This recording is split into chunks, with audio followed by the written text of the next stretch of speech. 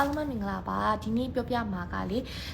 စစ်ထောက်လိုင်းဆက်ကရိယာနဲ့ပတ်သက်ပြီးမတိသေးတဲ့ဒူတွေအတွက်ကိုဘူးတူတာအနေနဲ့ပြပြတော့မှာဖြစ်ပါတယ်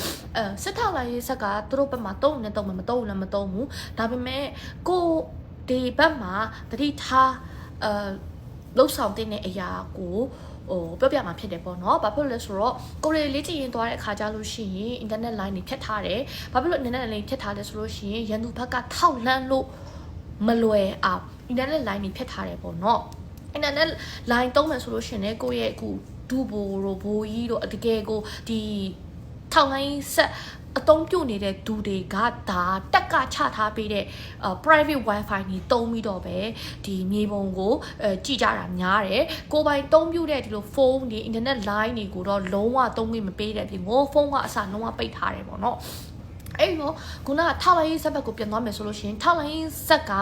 Google Map လည်းမဟုတ်ဘူး Apple Map လည်းမဟုတ်ဘူးစာရွက်ပေါ်မှာချထားတဲ့ဒီလိုမြန်မာနိုင်ငံမြေပုံစာရွက်ကြီးလည်းမဟုတ်ဘူးသူတို့ကဒီဆက်ကလေးကနေပြီးတော့ဒီနေရာဒီ satellite ပေါ်ကနေကြည့်တဲ့ဒီထောက်လိုင်း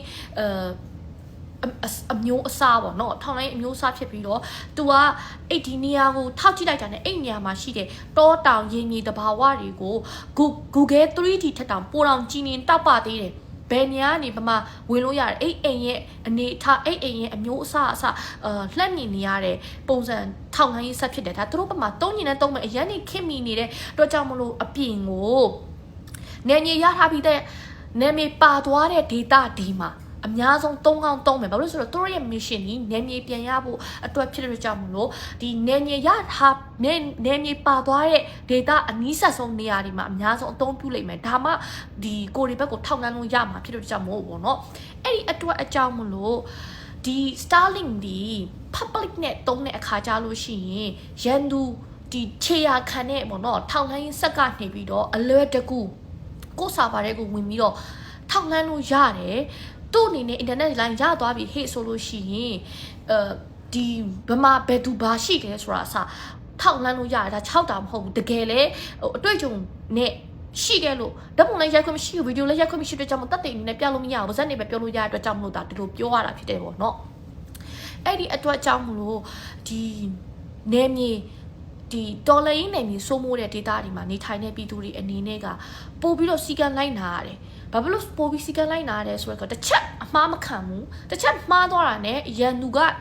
ဝင်လာဖို့လွယ်တယ်ဘာဖြစ်လို့သူကဒါကိုမျက်ခြေမပြတ်စောက်ကြည့်နေတာဒီတော်လိုင်းနယ်မြေစိုးမိုးနေတဲ့ဝေးတဲ့ data တွေကတော့သူတို့အနေနဲ့ခေါင်းနဲ့ထိမယ်ခေါင်းနဲ့မထိမထိဘူးဒါပေမဲ့တော်လိုင်း data နဲ့နီးစပ်တဲ့နယ်မြေတွေမှာနေထိုင်နေတဲ့သူတွေက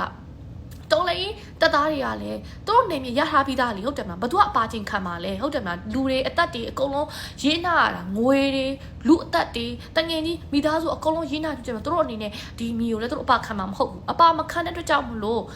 သူတို့အနေနဲ့လှုပ်ထုံးလုပ်နေအတိုင်းစီးစနစ်အတိုင်းလုပ်မှာပဲအဲ့တော့ကြောင့်မို့ဒီတော်လိုင်းမှာနားမှာနေနေတဲ့လူတွေတော်လိုင်းဒီလွတ်မြောက်နေမီနားမှာနေတဲ့လူတွေပြည်သူတွေအနေနဲ့ဒါကိုနားလေထားဖို့လိုတယ်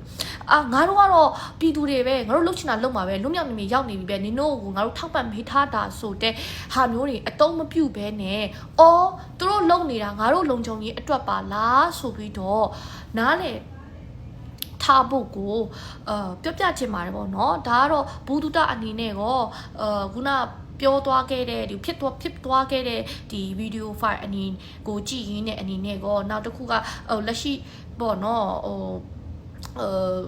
အကျဉ်းပေးနေတဲ့သူတယောက်အနေနဲ့ဒီဗီဒီယိုကိုလောက်ရခြင်းဖြစ်ပါတယ်ကျေးဇူးတင်ပါတယ်